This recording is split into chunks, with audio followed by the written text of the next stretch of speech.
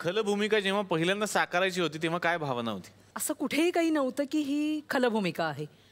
पण तुम्हाला एक सांगते, सावत्र या शब्दामध्येच इतका सावत्रपणा असतो ना, की सावत्र हे कॅरेक्टर कितीही चांगलं वागलं तरी लोकांच्या दृष्टीने ते निगेटिव्हच असणार आहे, ही लोकांची जी भूमिका आहे.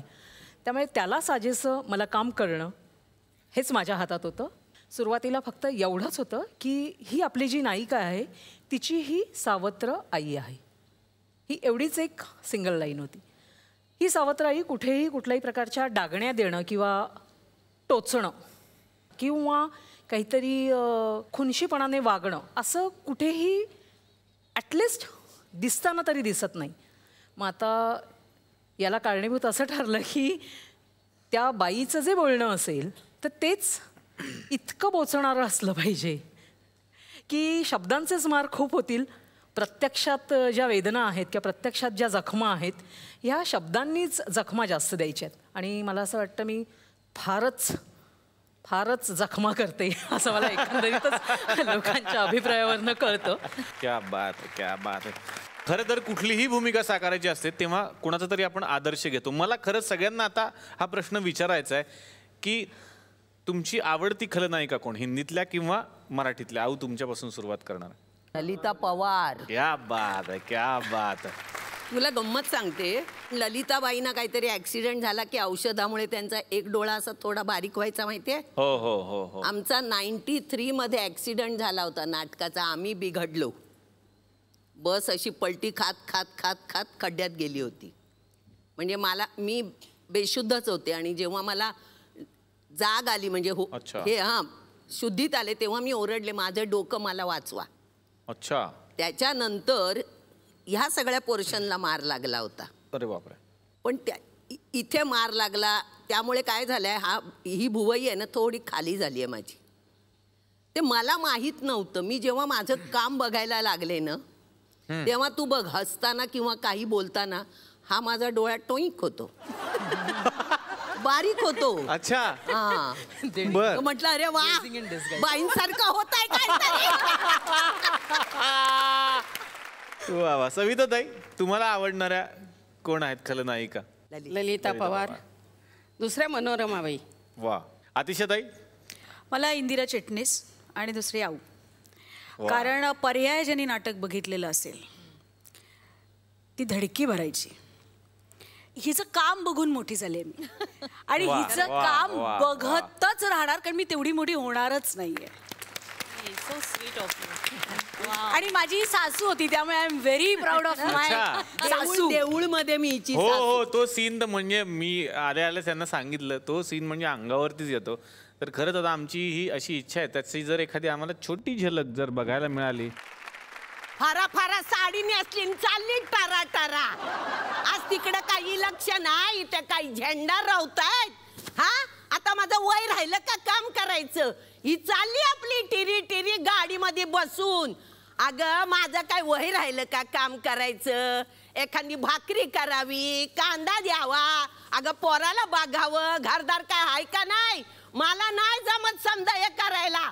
नवरा जाऊन बसला तिकडे शहरामध्ये पत्र ठोकायला आणि ही फिरते मोठी विलिक्शन लढवायला जाती.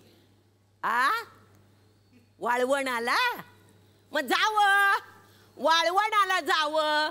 अगं गेली 4 कामं केली तर 4 पापड मिळतील, कुरडया मिळतील, पण नाही आमची शायनिंग जाते ना, शायनिंग. क्या बात है, क्या बात है. शीतल, आता मला तुमच्याकडे यायचं, तुमची आवडती खलनायिका कोण?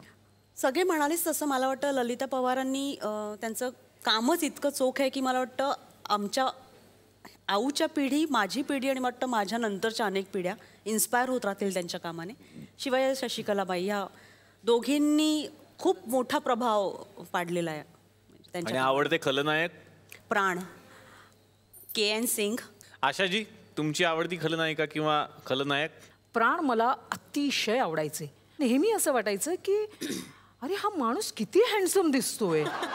आता येते सुरेखाजी तुमच्याकडे. तुमची आवडती खलनायिका किंवा खलनायक कोण? मला त्यावेळेचे मला निळू भाऊ म्हणजे ते त्यांचे एक्सप्रेशन, त्यांचे डोळे आणि त्यांची डायलॉग डिलिव्हरी या तिन्ही गोष्टी जेव्हा एकत्र येतील तेव्हा त्याचा राग यायला लागतो त्या कॅरेक्टरचा. तर निळू भाऊंबद्दल मी नक्कीच नाव घेईन आणि मला पहिल्याच चित्रपटात त्यांच्याबरोबर काम करायची संधी मिळाली होती. खरं सांगा तर Maherchi Saadi super duper hit film होती. त्यावेळेला मी अगदीच लहान असेल आणि उषाबाईंचा खरंच राग आला होता त्यावेळेला, अशी सासू वगैरे. आणि मी किती मला सांगावं असं वाटतं की मी कजाक सासूचे रोल केले असले ना, खूप कमी वयात मला सासूचे रोल मिळाले ह्याचं दुःख वेगळंच आहे, पण मला जी सासू मिळाली ती फार प्रेमळ आहे. क्या बात. तर ज्या गोष्टीचा सतत उल्लेख होतो ते म्हणजे आऊ इथे बसले आहेत आणि Maherchi Saadi super duper hit cinema, त्या काळात रेकॉर्ड केलेला सिनेमा. ज्यावेळेला आमच्याकडे अलकाताई आलेल्या होत्या त्यावेळी सुद्धा हा उल्लेख झाला आणि तुमचा विशेष करून खूप वेळा उल्लेख झाला होता. आणि तेव्हा त्यांच्या समोर इकडे एक सिनेमा आम्ही सादर केला होता. फारच सुंदर सिनेमा होता. हा, तर इथली माहेरची साडी असा तो सिनेमा होता.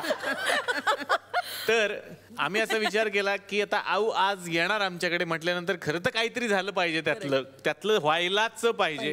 म्हणून माझ्या भावाने एक नवीन सिनेमा बनवलाय, माहेरची साडी पार्ट 2. म्हणजे तुम्ही सुनेला विहिरीत ढकलून देता, सून या जगातून जाते, तुम्हाला एक नातू मिळतो, पण त्याच्या पुढे या सिनेमात काय घडू शकतं याचं जरा डोकं आमच्या बंधूंना लढवलेलं आहे. तर आता बघूयात माहेरची साडी पार्ट 2. 30 वर्ष लोटली आहेत त्या घटनेनंतर. तो कुलदीपक जो तुम्हाला हवा होता तो आता मोठा झालाय, 30 वर्षांचा झालाय आणि त्याचा आज वाढदिवस आहे. बघूयात माहेरची sari part 2.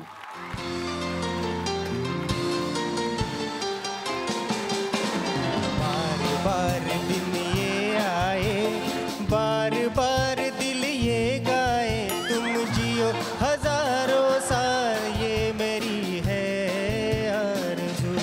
Happy birthday to you, happy birthday.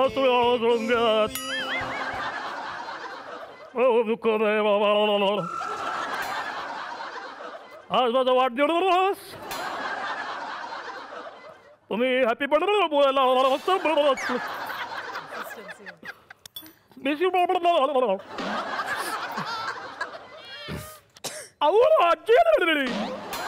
कोणाची? आऊ आजी. आऊ आजी म्हणजे? तुमच्याकडे आई आजी असते, आमच्याकडे आऊ आजी असते. अच्छा, कळलं? हो. आऊ आजी.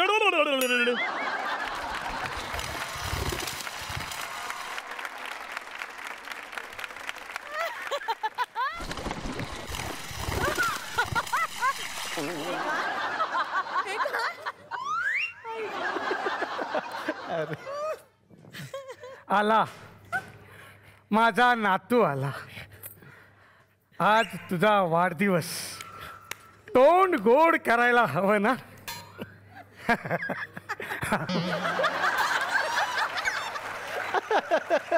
काय फालतू तुझी आज माझा वाढदिवस. 30 वर्षाचा घोडा झालास तरी तुझे बोबडे बोल काय जात नाही.